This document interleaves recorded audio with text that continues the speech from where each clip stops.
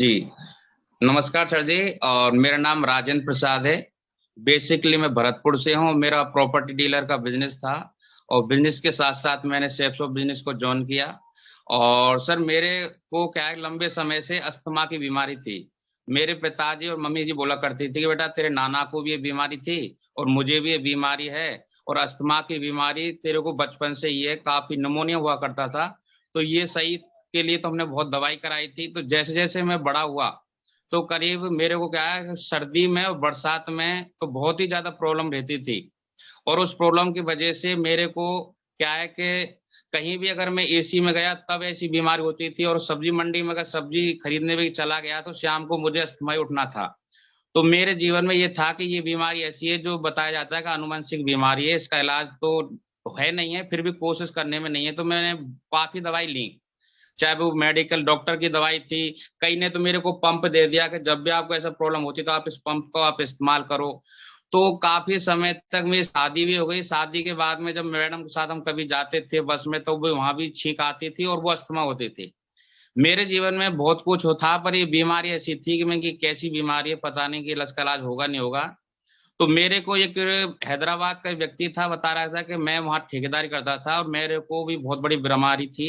मैंने हैदराबाद की मच्छी भी खाई है, उससे कुछ नहीं हुआ। पर मेरे को दो टैबलेट हैं जिसका नाम एक सेट्रिजिन और बेटनोसोल, उसकी कीमत ज्यादा नहीं है।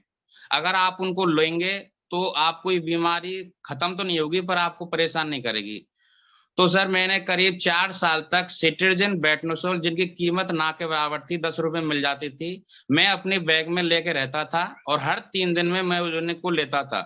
जिस दिन मैं लेता था उस दिन मुझे दिन तक मतलब आंखों में नींद सी बनी रहती थी और मैं बहुत परेशान रहता था। जैसे जैसे मैंने शेप्स ऑफ बिजनेस को ज्वाइन किया, इस बिजनेस के दराकाल में मैं क्या है कि चेन्नई गया था और धर्मवीर सर से में जब फोन करते थे गुरुजी, तो मैं फोन नहीं उठा पाता था। सर पूछते राजेंद्र जी क्या होगा, तो गुरुजी को ये पता चल गया कि राजेंद्र ने शाम को सिट्रिजिन ली है और उसकी वजह से ये सो रहा होगा और इसलिए फोन रिसीव नहीं किया है। तो धर्मवीर सर बताते थे कि मेरी बेटियों को भी एलर्जी है जिनकी मैं दवाई जयपुर से लाया करता हूँ, आप अगर मेरे साथ वहां चलना, आपको भी हो सकता है रिलीफ मिल जाए। पैसा खर्च करने की वजह से मैं कई बार क्या है कि डॉक्टरों को इग्नोर करता था कि मैं बहुत पैसा खर्च कर चुका हूँ, लोग तो सलाह दे ही रहे हैं पर इलाज हो नहीं रहा है। मेरी सिस्टर आगरा में जिनको भी ये बीमारी थी, बहुत मेरे जीजाजी बहुत पैसा खर्च करते, उनको भी फायदा नहीं पड़ा। पर मैंने सेप शॉप से रीसेलिंग में क्या है कि जैसे अभी मौका मिला रीसेल करने का, तो मैंने काफी हजार का सामान परचेज किया था।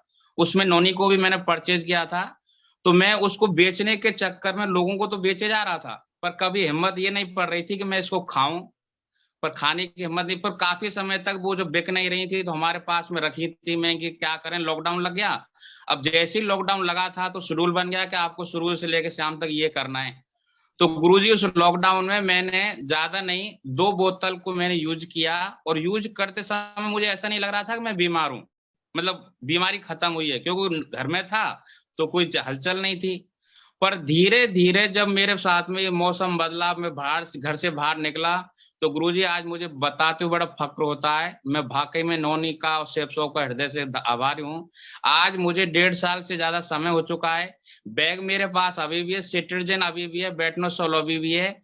और मौसम पे मौसम बदल गया, घर में एसी है, मैं खूब बाजार जाता हूँ, सब कुछ जाता हूँ, फिर मुझे आज तक मुझे कभी भी ऐसा अस्थमा जैसी प्रॉब्लम नहीं आई गुरुजी।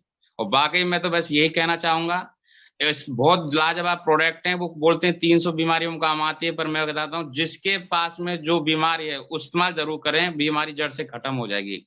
जय हो सर जी।